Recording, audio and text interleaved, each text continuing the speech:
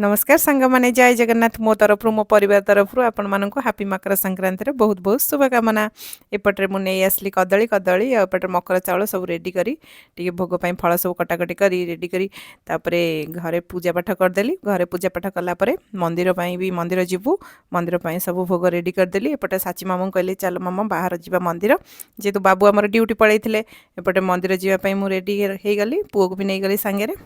साची मामा तार पुओ को संभालियो बोली मुझे तू तो धरबू मोर पूजा करी एपटे मु मोर पूजा नहीं आसली सब भोग हरिका एपटे मुझे निजे निजे पूजा कली जेहेतु आमर ये निजे ही पूजा कर आम ओडिशा रे ना नना पूजा करती एपटे मुझे प्रभु को लहुणी घरे बनई प्रभु लिंगरे टिके नहीं घर्षण करदेली।